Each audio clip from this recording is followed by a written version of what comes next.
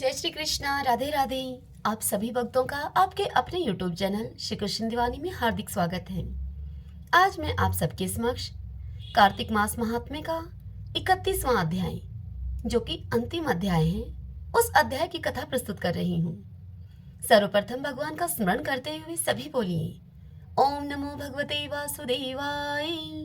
ओम श्री राधा कृष्णाभ्याम नमो नमः। समस्त ऋषियों ने श्री सूत जी से कार्तिक मास महात्म्य का संपूर्ण वृतांत, संपूर्ण विधि, कार्तिक के उद्यापन की विधि एवं पीपल पूजन का वृतांत सुनने के बाद उनसे कहा कि हे सूत जी, कृपा करके अब आप यह बताइए कि दूसरे के द्वारा किया गया पुण्य भी क्या हमें लगता है, या फिर बिना किया हुआ पुण्य भी हमें मिलता है क्या?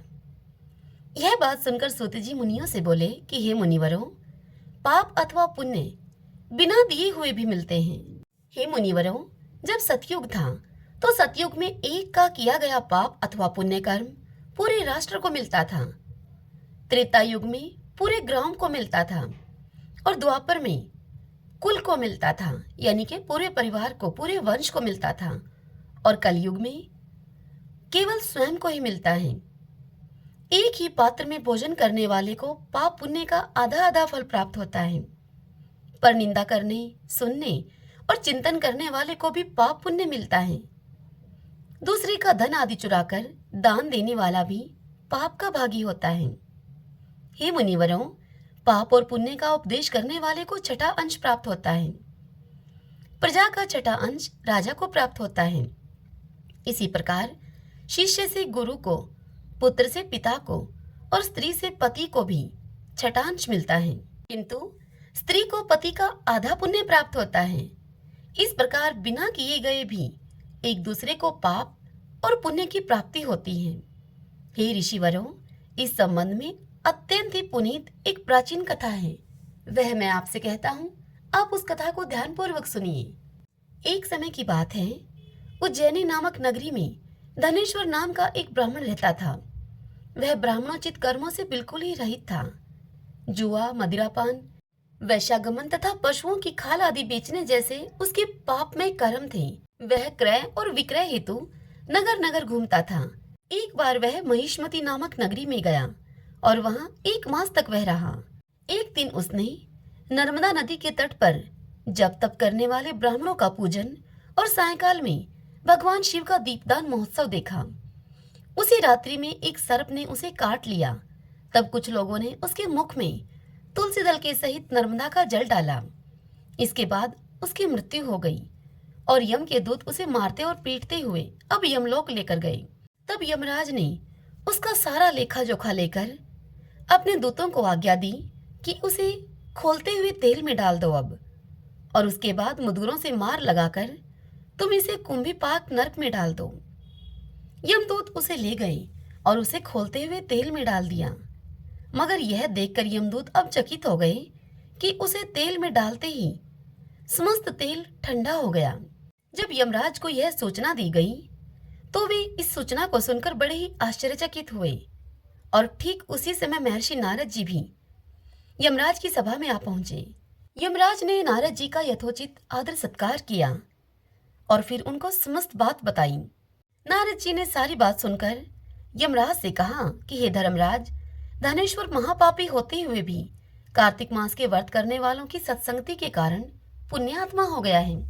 मृत्यु के समय इसके मुख में तुलसी दल एवं नर्मदा का जल छोड़ा गया है और श्री विष्णु का नाम भी इसके कानों में पड़ा है। हे धर्मराज, इसी कारण से इसके सारे पापों का नाश हो गया है। और इतना कहकर नारद जी ब्रह्मालोक को प्रस्थान कर गए। आगे सूत जी मुनियों से कहते हैं कि हे मुनियों, इसके बाद धनेश्वर कुबेर का अनुगामी धन यज्ञ हुआ, जिसके नाम से अयोध्या नगरी में भगवान गदाधर के नाम से तीर्थ विख्यात हुआ। हे मुनियों, किसी इच्छा अथवा लालच से किया गया पाप, गीला अथवा कामना रहित पाप, शुष्क कहलाता है। इस कार्तिक मास के व्रत का ही यह प्रभाव है कि इससे गीले और शुष्क दोनों ही प्रकार के पाप नष्ट हो जाते हैं। श्रीमन नारायण नारायण हरि हरि, भजमन नारायण नारायण हरि हरि। आइए भक्तजनों, अब हम कार्तिक स्नान की 5 कथाएं सुनते हैं। एक समय राजा परीक्षित ने महात्मा व्यास जी से पूछा कि हे भगवान, आपने हमें कार्तिक मास की कथा सुनाई, लेकिन एकादशी से लेकर पूर्णिमा तक इन 5 दिनों को भीष्म पंचक के नाम से क्यों कहा जाता है? इस संबंध में हम जानना चाहते हैं, और इन 5 दिनों के व्रत करने वाले को क्या लाभ होता है, यह भी बताइए। तब राजा परीक्षित की यह बात सुनकर महात्मा व्यास जी ने उनसे कहा कि हे परीक्षित, सुनो। कुछ समय पहले कानपुर में बहुत ही निर्धन सोमेश्वर नाम का एक ब्राह्मण रहा करता था। उसका शरीर बहुत ही कमजोर था, परंतु वह भगवान विष्णु का भक्त था। कार्तिक मास में वह रोज गंगा स्नान करता और भगवान विष्णु का पूजन करता। फिर एक दिन की बात है, अपने शरीर से पीड़ित होते हुए भी वह सोमेश्वर ब्राह्मण गंगा स्नान करने के लिए गया। उससे घाटों की सीढ़ियां नहीं उतरी जा रही थी, परंतु बड़ी मुश्किल से किसी तरह से वह गंगा जी के घाट की सीढ़ियां उतरकर गंगा जी तक पहुंच ही गया और गंगा स्नान करके वह वहीं पर बैठकर संध्या उपासना करने लगा। तब अपने भक्त की भक्ति से प्रसन्न होकर भगवान विष्णु एक वृद्ध ब्राह्मण का रूप धारण करके अपने भक्त पर कृपा करने के लिए उसके पास आकर बैठ गई। जब सोमेश्वर ब्राह्मण की संध्या उपासना पूरी हो गई और उसने अपने नेत्र खोले तो अपने समीप ही एक वृद्ध ब्राह्मण को बैठे हुए पाया। तब वह वृद्ध ब्राह्मण सोमेश्वर ब्राह्मण से कहता है, हे ब्राह्मण, तुम्हारी स्थिति तो स्नान करने की भी नहीं है, फिर भी तुम ऐसी अवस्था में स्नान करने के लिए क्यों आए हो? कहो तुम क्या चाहते हो? वृद्ध ब्राह्मण के ऐसे वचनों को सुनकर सोमेश्वर ब्राह्मण ने कहा कि हे भगवान, मैं बहुत गरीब ब्राह्मण हूँ। इसी से लोगों में मैं अपमानित हूँ और तकलीफ पाता हूँ। इसी कारण से मैं हमेशा परेशान भी रहता हूँ। यदि आप कोई उपाय बता सकते हो तो मैं आपकी अपने ऊपर यह दया समझूंगा। सोमेश्वर ब्राह्मण के ऐसे वचनों को सुनकर वृद्ध ब्राह्मण का रूप धारण करके आए भगवान ने कहा कि हे ब्राह्मण, सुनो, यह कार्तिक का महीना चल रहा है। इसमें शुक्ल पक्ष की एकादशी से लेकर पूर्णिमा तक जो यह 5 दिन हैं, इनको भीष्म पंचक के नाम से पुकारा जाता है। 5 दिनों में तुम गंगा के पुत्र महात्मा भीष्म को जलदान दो और गंध, पुष्प, अक्षत से उनका पूजन करो और भगवान विष्णु की पूजा तुलसी दल और तुलसी मंजरी से करो। इससे तुम्हारा सब कष्ट दूर हो जाएगा और तुम अंत में विष्णु लोक में निवास करोगे। हे ब्राह्मण, महाभारत की लड़ाई में जब महात्मा भीष्म सरसैया पर सोए हुए थे, उस समय उन्होंने अपने प्रिय अर्जुन को सभी प्रकार का राजधर्म, व्यवहार धर्म और ज्ञान धर्म कहा था। उस समय अर्जुन के सखा श्री कृष्ण वहीं पर थे। जब भीष्म से कृष्ण ने कहा कि हे पितामह, जो मनुष्य कार्तिक माह के शुक्ल पक्ष की एकादशी से लेकर पूर्णिमा तक तुम्हारे नाम से जल देगा और आपकी पूजा करेगा, वह पूजा मैं स्वीकार करूंगा और उसके सभी कष्ट दूर करूंगा। अतः हे ब्राह्मण, तू इस भीष्म पंचक में महात्मा भीष्म का पूजन कर। इसके करने से तेरे सभी कष्ट दूर हो जाएंगे। तदंतर उस सोमेश्वर ब्राह्मण ने वृद्ध ब्राह्मण के बताए हुए भीष्म पंचक व्रत को किया और सब सुखों को प्राप्त करता हुआ अंत में वह विष्णु लोक को गया। इसीलिए कार्तिक मास में महात्मा भीष्म का व्रत भी अवश्य करना चाहिए। इससे सर्व आनंद प्राप्त होता है और अंत में मोक्ष की प्राप्ति होती है। सभी बोलिए विष्णु भगवान की जय। तुलसी जी की कथा। कार्तिक का महीना आया। कार्तिक के महीने में सभी औरतें तुलसी माता को सींचने के लिए जाती थी। सभी औरतें तो तुलसी माता को सींचकर वापस आ जाती, परंतु वहां एक बुढ़िया माई आती, तुलसी माता को सींचती, उन्हें भोग लगाती और फिर तुलसी माता से रोज एक ही बात कहती, हे तुलसी माता सत की दाता, मैं तेरा बिरला सींचती हूँ, तो मुझे बहू दे, पीले रंग की धोती दे, मीठा मीठा ग्रास दे, बैकुंठ में वास दे, चटक की चाल दे, अच्छी मौत दे, चंदन का काठ दे, अच्छा राज दे, दाल भात खाने को दे, 11 का दिन दे और भगवान श्री कृष्ण का कांधा दे। अब तुलसी माता उस बुढ़िया माई की यह बात सुनकर अब सूखने लगी। तब भगवान श्री कृष्ण ने तुलसी जी से पूछा, हे तुलसी, इतनी औरतें तो आती हैं, तुम्हें नहलाती हैं, तुम्हें भोग लगाती हैं, तुम्हारा पूजन करती हैं, तुम फिर भी सूख रही हो। तब तुलसी माता ने भगवान श्री कृष्ण से कहा कि आप मेरे मन की मत पूछो। तब भगवान ने कहा कि अगर यह बात मैं नहीं पूछूंगा तो तुमसे कौन पूछेगा। तब तुलसी माता ने उन्हें बताया कि एक बुढ़िया माई रोज आती है, उनका पाठ पूजन करती है, उन्हें जिमाती है, उन्हें नहलाती है, उनको भोग लगाती है, और फिर अंत में रोज एक ही बात कहकर जाती है। तब भगवान ने सारी बात सुनकर तुलसी माता से कहा कि उस बुढ़िया माई को कहना कि जब वह मरेगी तो मैं उसे अपने आप कंधा दे आऊंगा। अब समय बीतने के अनुसार कुछ ही दिनों के बाद वह बुढ़िया माई मर गई। मरने के बाद उसकी जब गांव के लोग इकट्ठे होकर उसको लेकर जाने लगे तो वह इतनी भारी हो गई कि वह किसी से भी न उठी।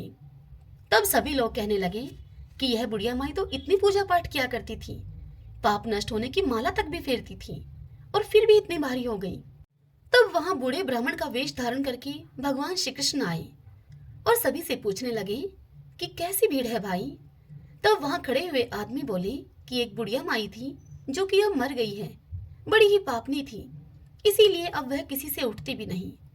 तब भगवान ने उन लोगों से कहा कि मुझे इसके कान में एक बात कहने दो तो यह आसानी से उठ जाएगी।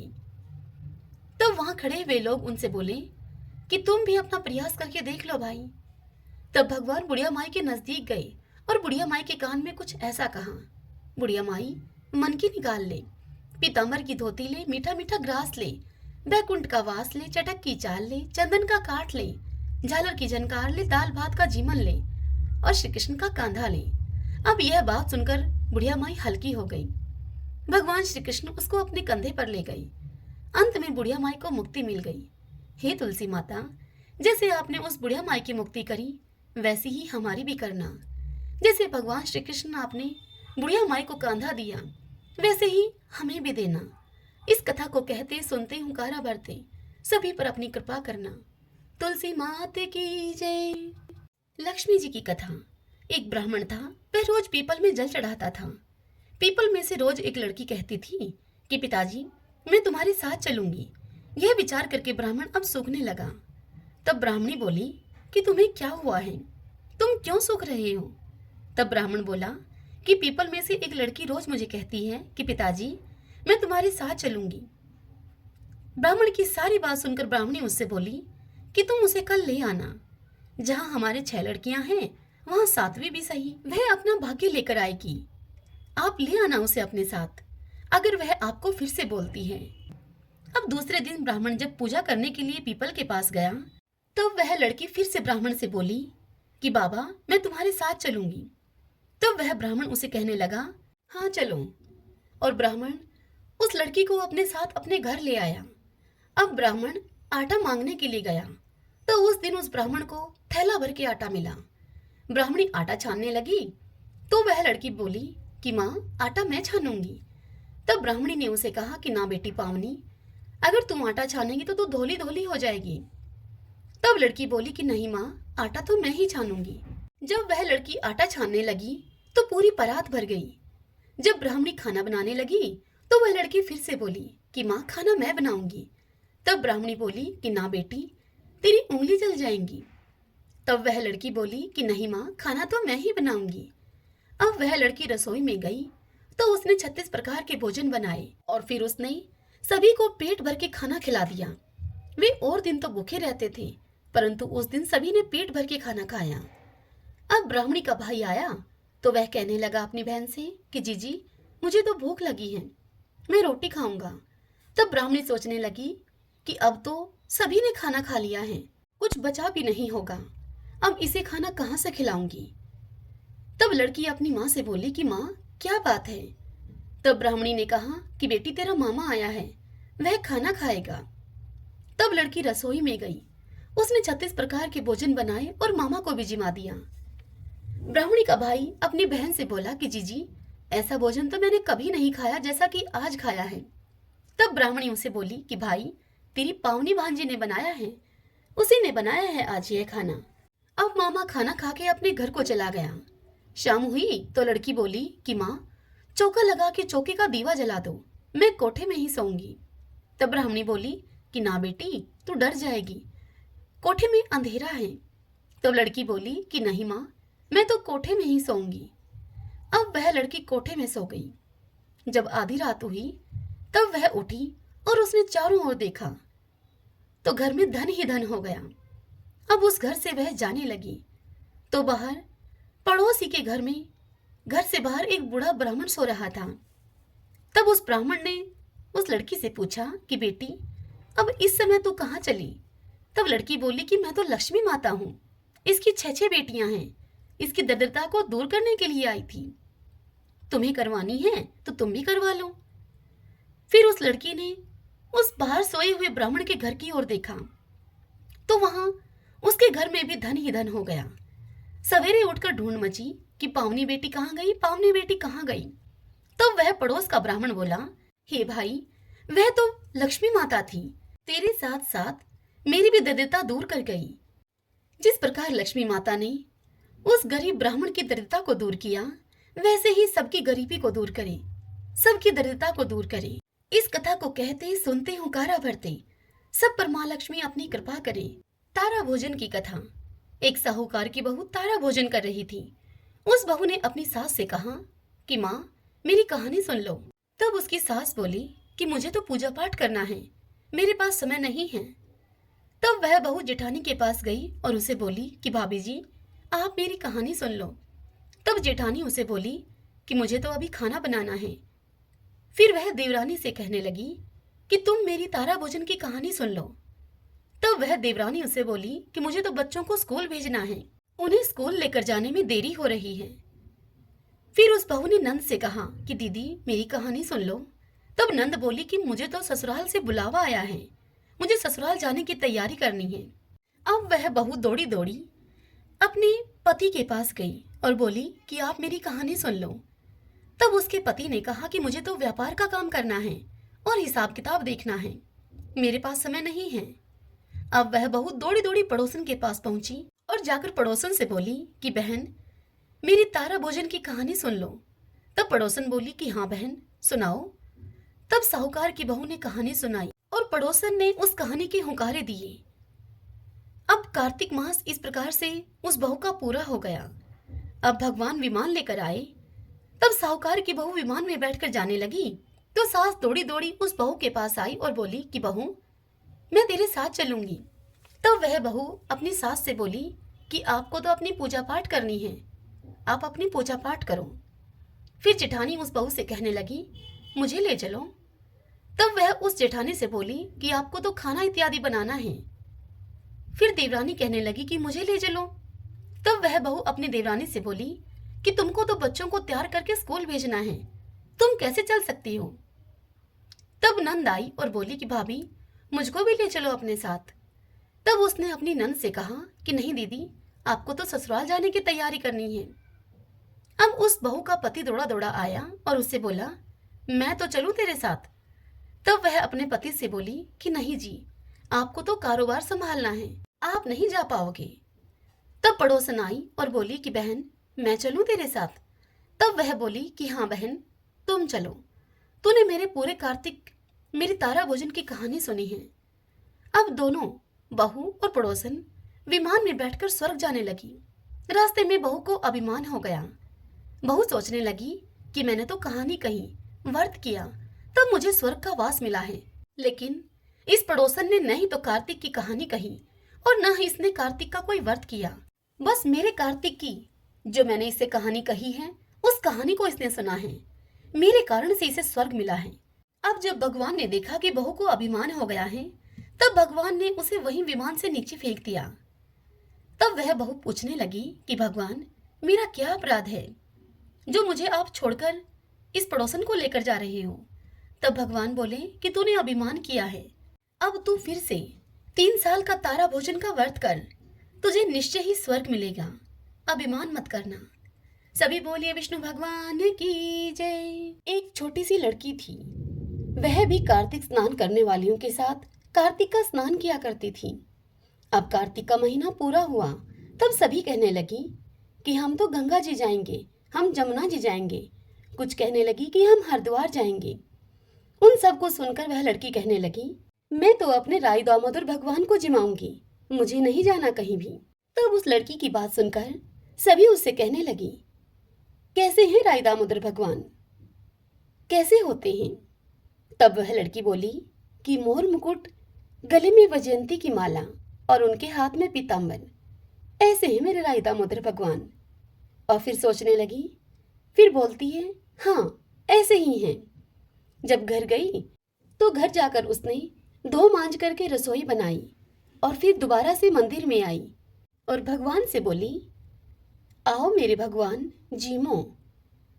उसे मंदिर में भगवान नहीं मिले।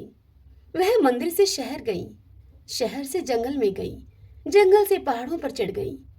अब उस लड़की को घूमते घूमते सुबह से शाम हो गई और भगवान को वह लगातार पुकारती रही, आओ भगवान जिमो, कहाँ हो भगवान, आओ भोग लगाओ।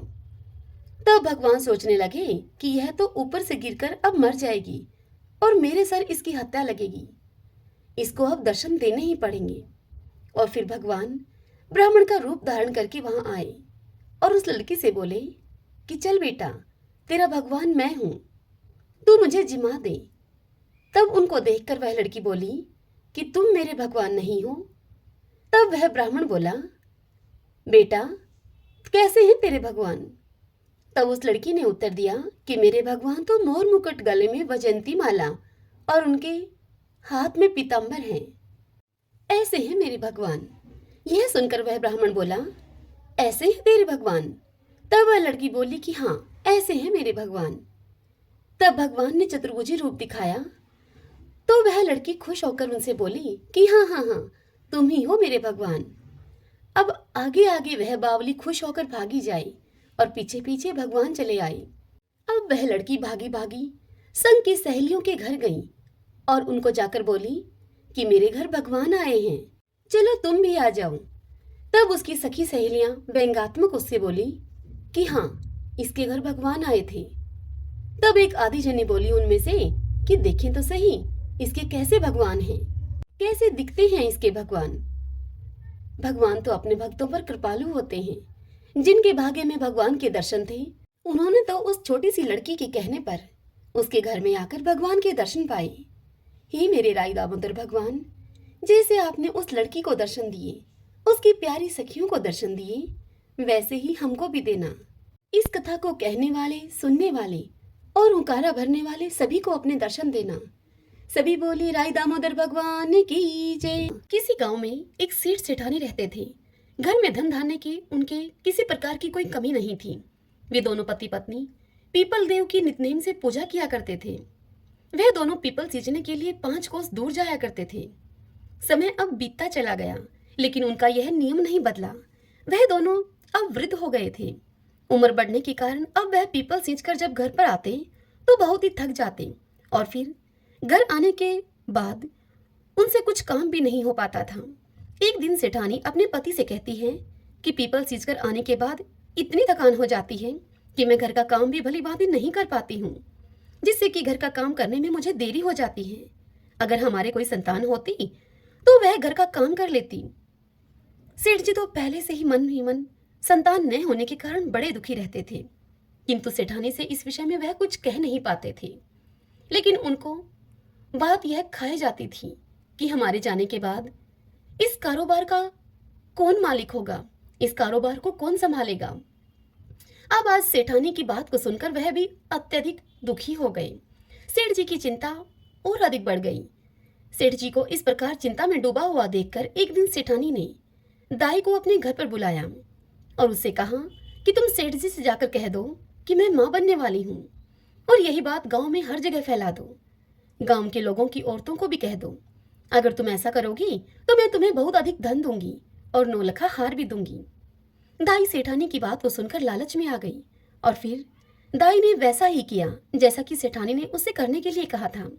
और फिर जब 6 महीने बीत गए तब सेठानी ने गोद भराई का कार्यक्रम रखा और फिर गांव में न्योता दिया गया। तत्पश्चात सेठानी ने दाई को फिर से बुलाया और उससे कहा कि मेरे 9वां महीना जब पूरा हो जाए तब तुम किसी के घर में भी बच्चा पैदा हो, उस बच्चे को लाकर मेरे घर में रुला देना। तुम्हारे ऐसा करने से मैं तुम्हें बहुत अधिक धन दूंगी। दाई ने सेठानी के कहे अनुसार वैसा ही किया। जब सेठानी के 9 महीने पूरे हो गए तब दाई ने एक नवजात शिशु को सेठानी के घर में लाकर रुला दिया और फिर दाई ने यह ढिंडोरा पिटवा दिया कि सेठानी ने एक पुत्र को जन्म दिया है। तत्पश्चात 1.25 महीना पूरा होने पर सेठानी ने जलवा पूजन का कार्यक्रम रखा। उस कार्यक्रम में उसने पूरे गांव को बुलाया। जब जलवा चूड़े की रस्म होने लगी तब लोगों ने उससे पूछा कि तुम्हारा बच्चा कहाँ है सेठानी। तब सेठानी कहने लगी कि यह पूजा मैं कटार के साथ करूंगी। कुंवर सा को नजर लग जाएगी, इसीलिए उसे अभी बाहर नहीं निकालेंगे। और इसी प्रकार 5 से 6 साल बीत गए। गांव के किसी भी व्यक्ति या किसी भी औरत ने कुंवर सा को नहीं देखा था। फिर एक दिन सेठानी सेठ जी से कहती है कि मेरा बेटा पढ़ने के लिए काशी जी जाएगा। सेठानी की यह बात सुनकर सेठ जी उससे कहते हैं कि मैंने तो आज तक तेरे बेटे को ही नहीं देखा है, कहाँ है तेरा बेटा? जिस बेटे को मैंने आज तक नहीं देखा उसे काशी जी में कैसे भेजूंगा पढ़ने के लिए? यह सुनकर सेठानी बोली कि जैसा मैं बोल रही हूँ आप वैसा ही करिए। पूरे गांव में आप यह बात बता दीजिए कि हमारा बेटा काशी जी पढ़ने के लिए चला गया है। सेठ ने सेठानी के कहे अनुसार सारे गांव में ऐसा ही बोल दिया। अब ऐसे ही समय बीता गया। फिर एक दिन सेठानी सेठ जी से बोली कि हमारा बेटा अब 16 वर्ष का हो गया है, उसकी शादी करनी है। आप एक सुंदर सुशील कन्या को देखकर मेरे बेटे की शादी करवा दो और घर में बहू ले आओ। सेठानी की इस बात को सुनकर सेठ जी गुस्से में उससे बोले कि तुम क्यों मेरे बुढ़ापे पर मिट्टी फेंक रही हो? जिस बेटे को आज तक मैंने नहीं देखा उसके लिए मैं बहू कहाँ से लेकर आऊं? तब सेठानी सेठ से दोबारा बोली कि आप लड़की ढूंढो तो सही, मेरा बेटा आ जाएगा। सेठ जी के पास धन की तो कोई कमी थी नहीं। सेठानी के जोर देने पर सेठ जी ने मन में कुछ सोच विचार किया और फिर एक पोटली ली और उस पोटली में थोड़ा सा आटा डाला। पोटली को बांधने से पहले उन्होंने उस पोटली में सोने की कुछ मोहरें डाल दी और लड़की ढूंढने के लिए अब सेठ जी चल पड़े। चलते चलते वह एक गांव में पहुंचे जहां पर कुछ लड़कियां खेल रही थीं। सेठ जी अब थक गए थे और उन लड़कियों के खेल को देखने की इच्छा से वे उन लड़कियों के पास ही बैठ गए। जब वे सभी लड़कियां खेल खत्म करके अपने अपने घर को जाने लगी तब सभी लड़कियां अपने द्वारा बनाए गए मिट्टी के घरों को तोड़ रही थीं, परंतु उनमें से एक लड़की ने अपना बनाया हुआ घर नहीं तोड़ा। तब बाकी लड़कियां उससे कहने लगी कि तुमने अपना घर क्यों नहीं तोड़ा? तब वह लड़की बोली कि मैं अपना बनाया हुआ घर कभी नहीं तोड़ूंगी। फिर वह सभी लड़की अपने अपने घर चली गई। सेठ जी वहां से उठे और उसी लड़की के पीछे पीछे चल दिए। सेठ जी को वह लड़की सियानी लगी जिसने अपना घर नहीं तोड़ा था। सेठ जी को वह लड़की बड़ी ही बुद्धिमान लगी। अब चलते चलते सेठ जी उसी लड़की के घर के आंगन में पहुंच गए और वहीं आंगन में ही वहां बैठ गए सेठ जी और उस लड़की से कहने लगे कि बेटी, मैं 2 दिन से भूखा हूँ, क्या तुम मुझे खाना खिला दोगी? तब लड़की ने सेठ जी से कहा कि ठीक है। फिर लड़की घर के अंदर जाकर अपनी माँ से बोली। तब उसकी माँ उससे बोली कि बेटी, मैंने तो खाना खा लिया है, अब तो घर में खाने के लिए कुछ भी नहीं है, आटा भी नहीं है। लड़की ने यही सब जाकर बाहर उस बुजुर्ग व्यक्ति अर्थात उस सेठ जी से कह दिया। तब सेठ जी उस लड़की से बोले कि बेटी, आटा मेरे पास है, तुम यह आटा ले जाओ और मुझे खाना बना दो। सेठ जी ने वह पोटली उस लड़की को थमा दी। लड़की ने वह पोटली लाकर अपनी माँ को दे दी। माँ ने जब पोटली को खोलकर देखा तो उसमें सोने की 4 मोहरें भी हैं। तो उसने वह सभी मोहरें लड़की के हाथ में देकर उससे कहा कि बेटा, यह सोने की मोहरें उन्हें वापस देकर आओ। जब लड़की बुजुर्ग व्यक्ति के पास सोने की मोहरें देने के लिए जाती है तो वह कहते हैं कि बेटी, यह मोहरें तुम ही रख लो, हमारे घर में पैसे की कोई कमी नहीं है। फिर उन मोहरों को लड़की अपने पास रख लेती है। इतनी देर में ही उस लड़की के पिता भी वहां पर आ जाते हैं। तत्पश्चात सेठ जी और लड़की के पिता में आपस में बातचीत होने लगती है। अब कुछ समय के बाद भोजन की थाल भी लगा दी जाती है और सेठ जी भोजन करने के लिए वहां बैठ जाते हैं और खाना खाते हैं। सभी बैठे हुए लड़की के पिता सोचते हैं कि यह बुजुर्ग व्यक्ति बड़ा ही धनवान है। अब जैसे ही सेठ जी खाना खाकर उठते हैं तब उस लड़की के पिताजी उनसे पूछते हैं कि आप आगे कहाँ जा रहे हैं? तब सेठ जी उनसे बोलते हैं कि मैं अपने लड़के की शादी के लिए लड़की देखने के लिए जा रहा हूँ।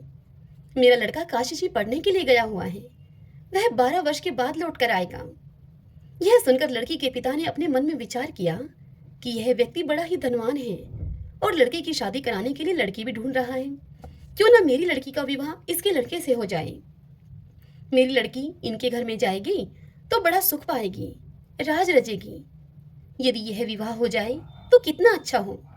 तत्पश्चात लड़की के पिता ने उस बुजुर्ग अर्थात उस सेठ जी से कहा कि यदि आपको ठीक लगे तो आप अपने बेटे का विवाह मेरी बेटी से करवा दीजिए। यह सुनकर सेठ जी बड़े ही खुश हुए और फिर एक नारियल और 1.25 रुपए का शगुन उस लड़की को दे दिया। तत्पश्चात सेठ जी लड़की के पिताजी से बोले, मेरा बेटा काशी जी पढ़ने के लिए गया है और वह 12 वर्ष के बाद लौट कर आएगा। तब लड़की के पिता ने कहा कि कोई बात नहीं है।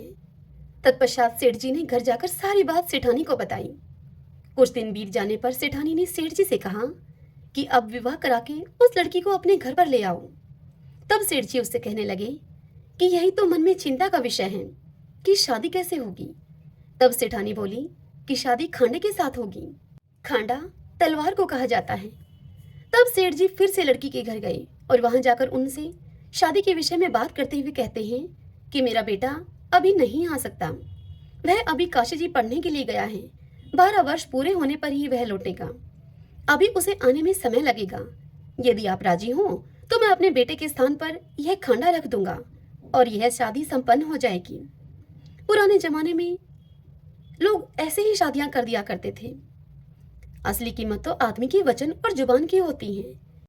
सेठ जी की बात को सुनकर लड़की के पिता ने खूब सोच विचार करके लड़की की शादी खांडे के साथ करवा दी। तत्पश्चात सेठ जी बहू को लेकर अपने घर को लौटे।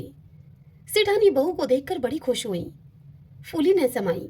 जब सेठ सेठानी पीपल सींचने के लिए जाते तो बहू पीछे से इस घर का सारा काम निपटा लेती और सेठ सेठानी के घर वापस आने पर वह बहू उनके लिए खाना बनाकर तैयार रखती थी और फिर उनके लिए खाना परोसती।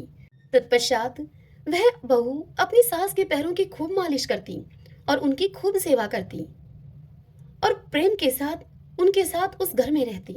यह सब करते करते अब ऐसे ही 1 वर्ष बीत गया। फिर एक दिन जब सेठ सेठानी पीपल सींचने के लिए गए हुए थे तब उनके घर की आग बुझ गई। बहू जब आग लेने के लिए पड़ोस के घर में गई तब बहू ने पड़ोसन से जाकर कहा कि मुझे थोड़ी सी आग दे दो, मेरे सास ससुर आने वाले होंगे, मुझे उनके लिए जल्दी से खाना भी बनाना है। तब पड़ोसन ने उस बहू से पूछा कि तुम किसकी बहू हो। तब वह बहू कहने लगी कि मेरे पति काशी जी पढ़ने के लिए गए हैं।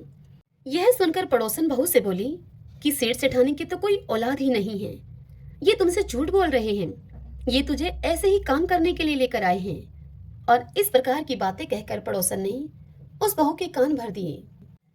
फिर बहू ने घर आकर बिना मन के ही खाना बनाया, सारे जेवर उतार दिए और बिना श्रृंगार किए हुए पुरानी साड़ी पहन ली। जब सास ससुर पीपल सींचकर घर को लौटे तब उन्होंने देखा कि आज तो घर का कोई काम नहीं हुआ है। तत्पश्चात उन्होंने बहू से खाना मांगा। बहू ने खाना लाकर दिया। जब उन्होंने खाना खाया तो खाना बिल्कुल फीका था, बिल्कुल बेस्वाद खाना था, उसमें नमक मिर्च कुछ भी नहीं था। तब उन्होंने बहू से पूछा कि बहू आज क्या बात है, बहू आज खाना बिल्कुल फीका सा है। तब बहू ने उत्तर दिया कि आपको तो आज ही खाना फीका मिला है, मेरी तो पूरी जिंदगी ही फीकी है। तब सेठानी पूरी बात समझ गई कि आज इसके किसी ने कान भरे हैं, सब कुछ इसको बता दिया है। अब सेठानी सारी बात देखते समझते हुए चुप रहती है। फिर दूसरे दिन सेठ सेठानी पीपल सींचने के लिए जाने लगते हैं। तब बहू कहती है कि आपने मुझे 6 कोठों की तो चाबी दे रखी है, 7वें कोठे की चाबी मुझे क्यों नहीं दी है, मैं कौन सी बहू हूँ आपकी। तब सेठानी उससे बोली कि नहीं बेटा, ऐसी बात नहीं है, मैंने तो ऐसे ही यह चाबी तुम्हें नहीं दी थी। और फिर सेठानी 7वें कोठे की चाबी भी बहू को दे देती है और बहू को पड़ोसन से बात करने के लिए मना करती है। और फिर वह दोनों पीपल सींचने के लिए चले जाते हैं। अब पीपल सींचते समय भगवान विष्णु का नाम लेते रहे, वह माता लक्ष्मी का नाम लेते रहे। वह दोनों भक्ति भाव से भगवान विष्णु और माता लक्ष्मी की भक्ति, बार बार उनके नाम का उच्चारण करना, उन्हें भोग लगाना, यह तो उन दोनों की दिनचर्या का हिस्सा था। लेकिन उस दिन उनके मन में बहू के घर से जाने का डर भी था, उनकी आंखों में नमी थी और चिंता भी थी। वह बार बार बोल रहे थे कि भगवान आप ही हमारी लाज रखना। भगवान सदैव अपने भक्तों पर दयालु रहते हैं। वह भक्तों के दुखों में दुखी होकर स्वयं उसका निवारण करने के लिए आ जाते हैं। उधर सास ससुर के घर से जाते ही बहू जल्दी जल्दी काम निपटाकर पहले कोठे को खोलकर देखती है तो उस कोठे में, उस कमरे में खूब सुंदर सुंदर कपड़े थे। बहू उन कपड़ों को पहन पहन कर देखती है और खूब खुश होती है। इसी तरह बहू ने दूसरे कोठे को खोला, उसमें बहुत सुंदर सुंदर गहने भरे थे। अब बहू ने रोज रोज नए नए कपड़े गहने पहनना शुरू कर दिया। सास ससुर के आने से पहले वह उन कपड़ों और गहनों को उतार कर वापस रख देती थी। इसी तरह तीसरे कोठे में स्वादिष्ट व्यंजन थे। वह अपनी पसंद की मिठाइयां खाती और पूरा दिन खुश रहती थी। बहू ने जब चौथे कोठे को खोलकर देखा तो उसमें भांति भांति के अनाज रखे थे। 5वें और 6ठे कोठे को खोलकर देखा तो उसने देखा कि उस कमरे में हीरे और जवाहरात थे। अब उस सेठानी की बहू इन्हीं सब चीजों में व्यस्त रहकर खूब खुश रहने लगी। लेकिन कुछ दिन के बाद वह इन सब चीजों से ऊब गई। फिर एक दिन उसने 7वें कोठे को खोलकर देखा, तो उसमें उसने देखा कि वहां उस कमरे में एक पीपल का पेड़ था और एक मंदिर था। वह उसी कमरे में बैठ गई। अब थोड़ी ही देर के बाद उस पीपल के पेड़ में से एक सुंदर सा लड़का निकलकर बाहर आया।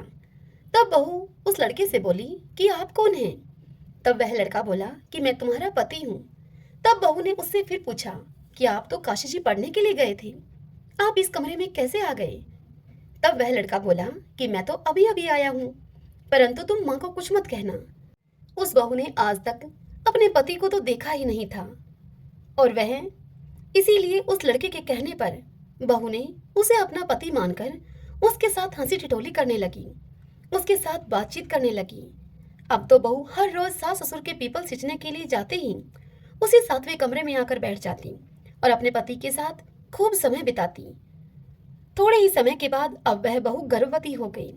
तब सेठ सेठानी को भला बुरा कहने लगे और बोलने लगे कि अब मैं गांव के लोगों को क्या मुंह दिखाऊंगा, मेरा तो बुढ़ापा ही तूने खराब कर दिया। तब सेठानी बड़े प्यार से अपनी बहू से पूछती है कि बहू, यह किसका बच्चा है? तब वह बहू सेठानी से बोली कि माँ, यह आपके बेटे का है, वह काशी जी से अपनी पढ़ाई पूरी करके वापस लौट आए हैं। तब यह सुनकर सास ने कहा कि बहू, तूने तो मुझे आज तक इस बारे में कुछ बताया ही नहीं। तब वह बहू बोली कि माँ जी, आपके बेटे ने ही मुझे इस बारे में आपसे कुछ भी कहने के लिए मना किया था और मुझसे कहा था कि तुम माँ को कुछ मत बताना।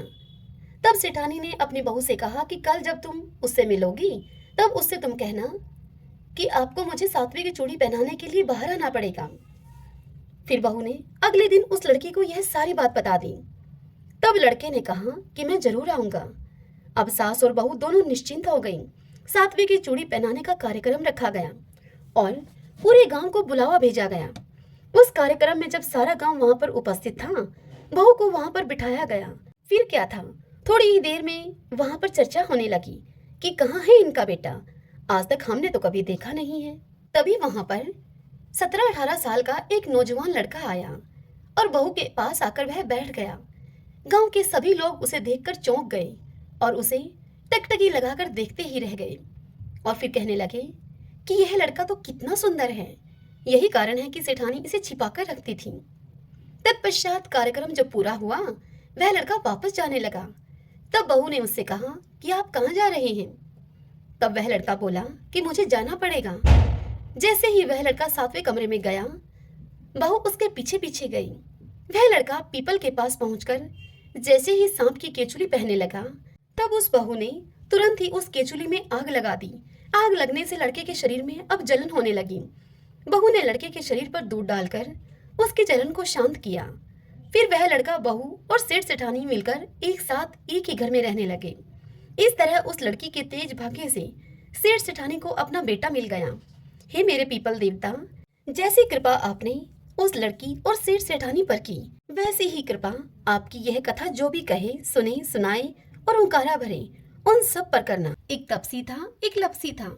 तपसी तो भगवान की तपस्या करता था और लपसी 1.25 सेर की लापसी बनाकर भगवान को भोग लगाता और लोटा हिलाकर चीम लेता था। एक दिन दोनों लड़ने लगे। लपसी बोला, मैं बड़ा हूँ। तपसी बोला, मैं बड़ा हूँ। इतने में ही नारद जी वहां पर आए और उनसे पूछने लगे, क्या बात है, क्यों लड़ रहे हो? तब लपसी ने कहा कि मैं बड़ा हूँ, मैं सारे दिन भगवान की तपस्या करता हूँ, उनकी पूजा अर्चना करता हूँ। तब लपसी बोला कि मैं बड़ा हूँ, मैं भगवान को 1.25 सेर की लापसी का भोग लगाकर लोटा हिलाकर फिर भोजन करता हूँ। उन दोनों की बात को सुनकर नारद जी बोले कि मैं तुम्हारा फैसला कल कर दूंगा। दूसरे दिन तपसी नहा धोकर आ रहा था तो नारद जी ने उसकी परीक्षा लेने के लिए 1.25 करोड़ की अंगूठी उसके आगे फेंक दी। जब उसने देखा कि 1.25 करोड़ की अंगूठी उसके आगे पड़ी है, तो उसने झट से वह अंगूठी उठाकर अपने घुटने के नीचे दबा ली और तपस्या करने लग गया। अब लपसी सुबह उठा तो उठकर वह नहा धोकर उसने 1.25 सेर की लापसी बनाई और भगवान को भोग लगाया। अब लोटा हिलाकर वह जीमने लगा। इतने में ही नारद जी वहां आ गए और तपसी के पास जाकर बैठ गए और लपसी को अपने पास बुलाया और बिठाया। तब वह दोनों फिर से कहने लगे, बताइए हम में से कौन बड़ा है। तब नारद जी बोले तपसी से कि तू अपना घुटना उठा। अब तपसी ने जैसे ही घुटना उठाया 1.25 करोड़ की अंगूठी निकली। तब नारद जी तपसी से बोले कि यह अंगूठी तो तूने चुराई है, इसलिए तेरी तपस्या अब भंग हो गई, इसलिए अब लपसी बड़ा है। यह सुनकर तपसी कहने लगा कि बताइए महाराज, मेरी तपस्या का फल मुझे कैसे मिलेगा, मैंने तो इतनी तपस्या की है। तब नारद जी बोले कि तेरी तपस्या का फल कार्तिक नहाने वाले तुझे देंगे। सबकी कहानी सुनकर तेरी कहानी नहीं कहेंगी तो कार्तिक का फल तुझे मिलेगा, उनके कार्तिक नहाने का पुण्य फल समाप्त हो जाएगा। सभी बोली लक्ष्मी नारायण भगवान की जय। जय जय तुलसी भगवती सत्यवती सुखदानी, नमो नमो हरि प्रियसी श्री विंदा गुण खानी। जय नंदनी जग पूजिता विश्व पावनी देवी, जयति पुष्प शराशुर भी देहु अमर वर अम्ब। श्री हरि शीश विराजनी देहु अमर वर अम्ब, जनहित ही वृंदावनी अब जन कर हूँ विलंब। धन्य धन्य श्री तुलसी माता, महिमा आगम सदा श्रुति गाता। हरि के प्राण हूँ से तुम प्यारी, हर ही हेतु किन हो तप भारी। जब प्रसन्न हव दर्शन दीनो, तब कर जोरी विनय अस कीनो। हे भगवन कंत मम हो, दीन जानी जनि छाड़हु छोहू। सुनी लक्ष्मी तुलसी की बानी, दिन हो शाप क्रोध पर आनी। अश अयोग्य वर मांगन हारी, हो विटप तुम जड़ तनु धारी। सुनि तुलसी शापयो तेहि ठामा, करहु बास तू नीचन धामा। दियो वचन हरि तब तत्काला, सुनो सुमुखी जनि हो बिहाला। समय पाई हो पति तोरा, पूज हो सास बचन सत मोरा। तब गोकुल में गोप सुदामा, तासु भई तुलसी तू बामा। कृष्ण रास लीला की माही, राधे सखियो प्रेम लखि नाही। दिया शाप तुलसी तत्काला, नर लोक ही तुम जन्म हूँ बाला। भयो गोप वह दान विराजा, शंख चूड़ नामक सिर ताजा। तुलसी भई ताशु की नारी, परम सती गुण रूप अगारी। असुध्वा कल्प गीत जब गयऊं, कल्प तृतीय जन्म तब भयऊं। वृंदा नाम भयो तुलसी को, असुर जलंधर नाम पति को। करि अति द्वंद अतुल्य बल धामा, वीणा शंकर से संग्रामा। जब नित सन्य सहित शिवहारी, मरही न तब हर हर ही पुकारी। पतिव्रता वृंदा थी नारी, को न सके पतहि गहारी। तब जलंधर ही वेश बनाई, वृंदा डिग हरि पहुँचयो जाई। शिव हित लहि करि कपट प्रसंगा, कियो सतीव धर्म ते ही भंगा। भयो जलंधर कर संहारा, सुनि वृंदा उर शोक अपार। तेहि क्षण दियो कपट हरि टारी, लख वृंदा दुख गिरा उचारी। जलंधर ही जस हत्यो अभीता, सोई रावण हव हरहि सीता। अस प्रस्तर सम हृदय तुम्हारा, धर्म खंडी मम पति सहारा। यही कारण लही शाप हमारा, होवे तनु पाषाण तुम्हारा। सुनि हरि तुरत ही वचन उचारे, दियो शाप तुम बिना विचारे। लखियो न नित कर तूति पति को, छलन चयो जब पार्वती को। जड़मति तू अस हो जड़ रूपा, जग में तुलसी विटप अनूपा। धर्म रूप हम शाली ग्रामा, नदी गंड की बीच ललामा। जो तुलसी दल हम ही चढ़ाई है, सब सुख भोग परम पद पाई है। बिन तुलसी हरि जलत शरीरा, अतिशय उठत शीश उर पीरा। जो तुलसी दल हरि शिव धारत, जो सहस्र घट अमृत डारत। तुलसी हरि मन रंजन हारी, रोग दोष दुख भंजन हारी। प्रेम सहित हरि भजन निरंतर, तुलसी राधा में नहीं अंतर। सभी बोलिए तुलसी मात की जय। अब हम तुलसी माता और कार्तिक भगवान की आरती करते हैं। जय जय तुलसी माता, जय जय तुलसी माता। सब जग की सुखदाता वरदाता, जय जय तुलसी माता। सभी योगों के ऊपर सब रोगों के ऊपर, रुज से रक्षा करके भव त्राता। जय जय तुलसी माता। बटुपुत्री हे श्यामा, सुरबल हे ग्राम्या। विष्णु प्रिय जो तुमको सेवे, सो नर तर जाता। जय जय तुलसी माता। हरि के शीश विराजत, त्रिभुवन से हो वंदित। पतित जनों की तारिणी विख्याता। जय जय तुलसी माता।